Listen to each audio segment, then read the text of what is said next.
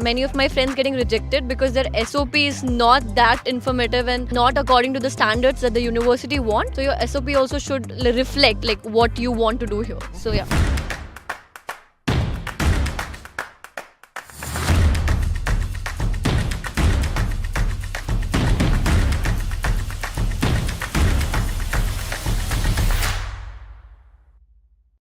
Alright guys, so finally I'm coming to India in 2024. I'm doing a quick meetup in about 6 cities of India, and in this video I will tell you how you can register, which city I'm coming to, what time are we gonna meet, where are we gonna meet, all of that. But before that, let me tell you what are we going to cover. We will cover blocked account topic, we will cover part-time job, we'll cover visa part, we'll cover everything what it takes for you to get your life started stress-free once you land here. I know a lot of students are coming in winter intake 2024. Irrespective if you've got the admission or if you don't, please come to the event. Let's meet in person. Now I'll tell you which cities I'm coming to. First is Mumbai, and I'm coming in Mumbai on 26th of July. Second is Pune. I'm coming there on 27th of July. Third is Kochi. I'm coming there on 3rd of August. Fourth is Chennai. I'm coming there on 4th of August. Fifth is Bangalore. I'm coming there on 6th of August. Sixth is Kolkata, and I'm coming there on 9th of August.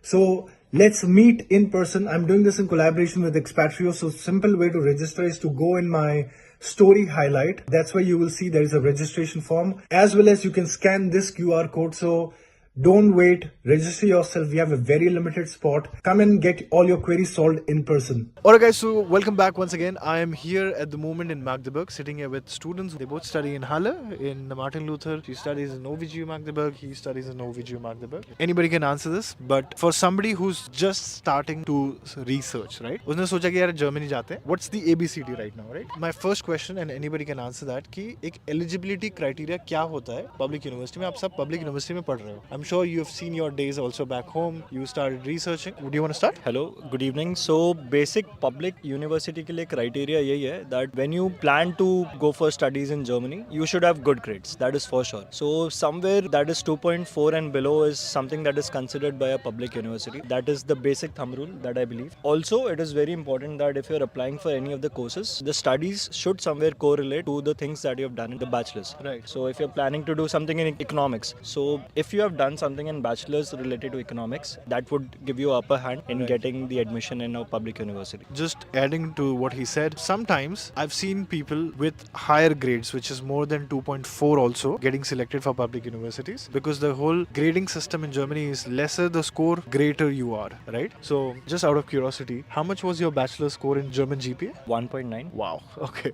1.6. 1.6, you? 1.3.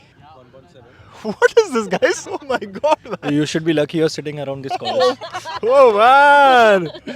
Bro, listen. तेरे अगर इतने नहीं है, no problem. I have met people with 2.7 GPA. Okay. I'll tell you one इनसे thing. independent मत होना, ठीक है? But हाँ, बोलो. So there is a different system, right? In India, we think जितना ज़्यादा grade है, उतना अच्छा है. However, in Germany, it is opposite. The lesser you score, the lesser number you have is better. If you think that I had 1.9 and that is bad, that is not bad. They consider it 1 as the best, and upper limit is 5, I think. 5 is fail, 4 is 5 is just fail. pass. ठीक है? 4 is like the Just pass, yeah. Okay, एक और point कि सिर्फ grades देख के ही नहीं होता है, right? This morning we filmed a video with you, and you said you applied for 5 college, 3 college, and you got selected in 2. So एक ने तो reject किया फिर भी. हाँ, एक ने reject किया, एक ने respond किया ही. एक ने किया ही नहीं, right? Do you want to add some points when it comes to criterias? Okay, yeah, I can add some points. So, my bachelor's was in biotechnology and my master's in pharmaceutical industrial biotechnology. That was obviously a very good point because you have to have some similarities between your bachelor's and your master's. Students from pharmacy, students from biochemistry, students from biotechnology apply to my course. That's obviously a very important criteria. Other than that, depending on the language that your course is taught in, that's a very important criteria to keep in mind when selecting your universities. So, if it's an English taught course, then you have to show some proof that you have a high grasp of English. My course is an English taught course, and I had to prove that I had B2 and better English, basically, which I gave with IELTS. You can give IELTS, TOEFL, or you can give like certificate that your schooling has been in English so far. Other than that, I think grades is not the compulsory, better grades is not a compulsory like gateway to getting into your universities. I applied for 3 universities, I got into 2. The third one never responded. So that was where I sort of... Makes sense.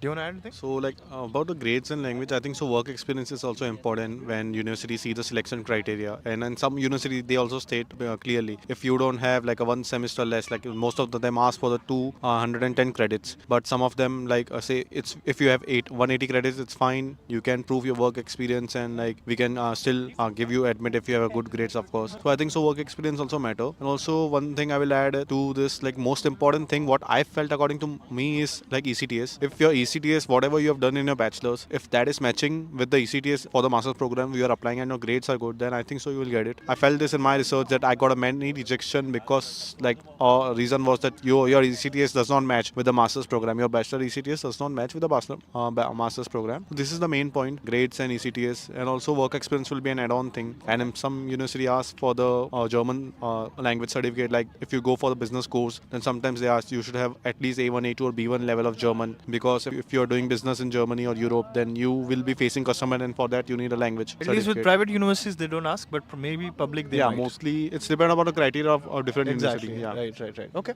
Do you want to add something? To sum this up, it's like it depends on university to university what the requirements are, but the basic ones, like they all said, is your grades in bachelor's, your work experience maybe it depends again to the according to the university, and your IELTS, like your English certificate. I think it's minimum for I'm in marketing, like the management field, so it's minimum 6.5 everywhere I search. So it is minimum requirement is 6.5. Okay. And then the other I would like to add is what he said is your bachelor's should match with the master's and your SOP as well, because I have seen like many of my friends getting rejected because their SOP is not that informative and not according to the standards that the university want. So your SOP also should reflect like what you want to do here. So yeah.